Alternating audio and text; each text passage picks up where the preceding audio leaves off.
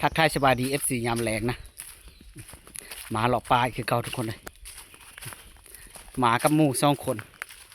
หาเดียวเขาชีนำมานำล่างนี้3 คน 4 คนเลาะเบิ่งเสียงนกทุกคนเลยนกคือห้องลายเถอะวะ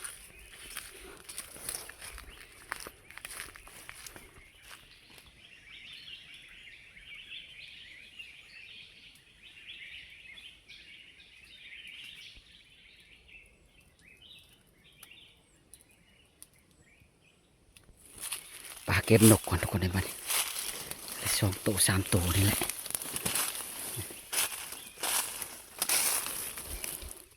นกเป่าตัวใหญ่ทุกคนเลยมันได้ยามนี่ได้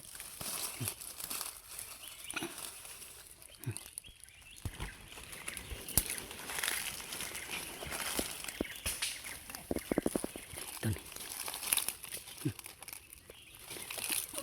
นกสิว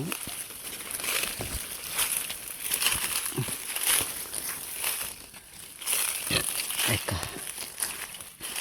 นกปลิวทุกคนเลยทางนี้แหละคือว่าตัวนี้นกปลิวตัวนี้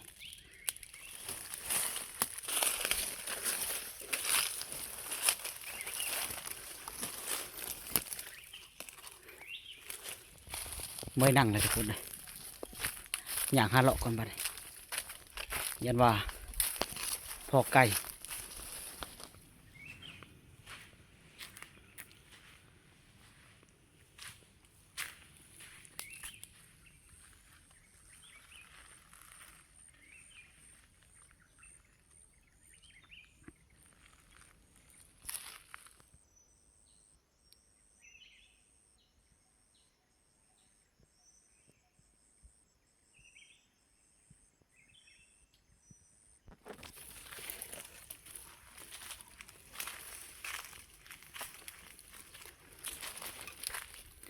เมื่อยเลาะลาทุกคนเลย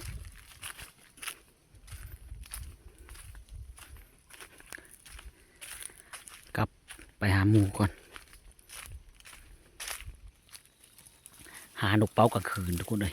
จะเห็นยังบ่ทันตายได้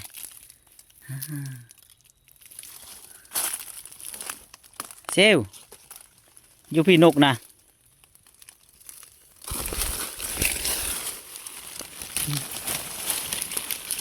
ไปเลยบ่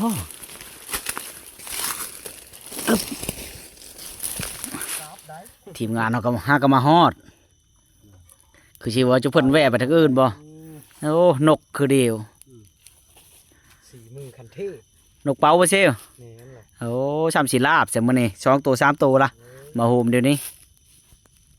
แคมถามบ่ได้ไปเบิ่งเนาะมื้อแลงเนาะไกเตอร์บ่ตัวนี้ปันทางเทือกมันเป็นตัวนั้นก็ได้ไกเตอร์ครับก็ตัวนั้นก็เป็นดิเชโธคักแล้วเป็นก็เหมาะอยู่ตัวนั้นเสียบ่มีเหมาะพร้อมเดียวนี่บ่ จังว่านะเอาบ่เห็นมะจะเธอเอาไปแต่ละเดือนนี่กุ๊กตัวนี้แล้วจูนวาวใช่น้องตื่นแล้วกุ๊กอันนี้แล้วเด็กเขาจะนอนก็นอนอยู่ฮะดิอยู่แคมถามมึงชายนี่ถามเขาว่ากุ๊กมาให้กุ๊กมาใหญ่ละมันกุ๊กนี้รถตลอดบ่มีบ่อื่นก็หันมีแต่กุ๊กมาน้อยแต่หมดมาเจ้ารถอยู่หันยิงนกเสียวนกเป้าน่าสิเป็น10เป็น100บ่เนาะมานะมันคอยมาเท่าน้อยคอยมาเท่าน้อยแต่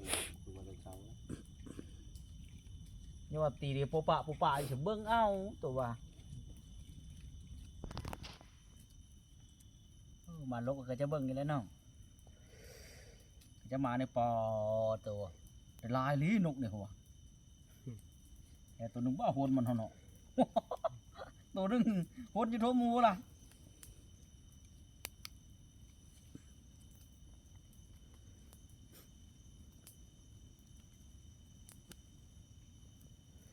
บ่ได้เบิ่งว่าเด้อ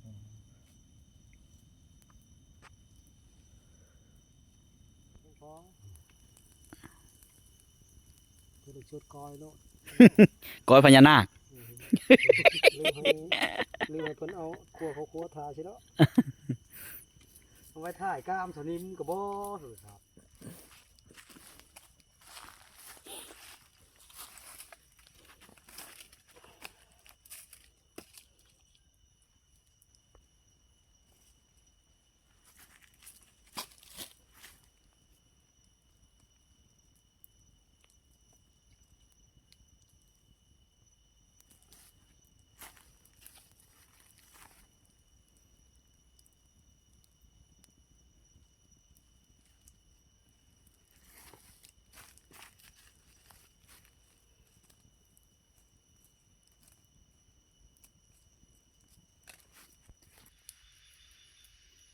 ปอไม่ปีกับคาวาเลยเนาะ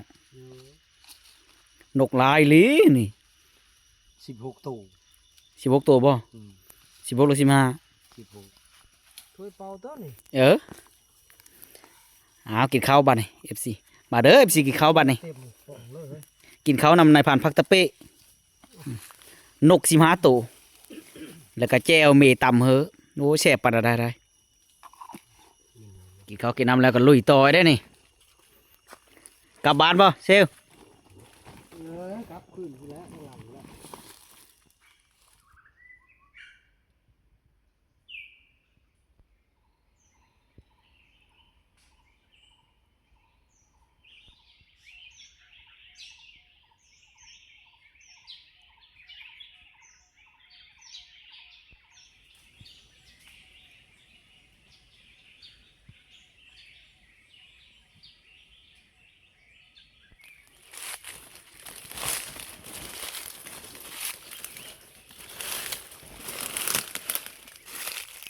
อืม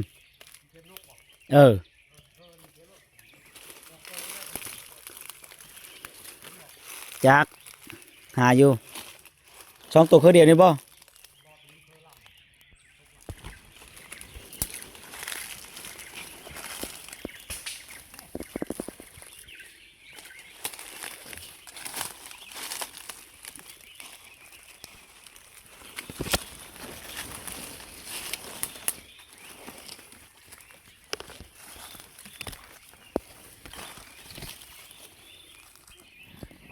เห็นนังซิว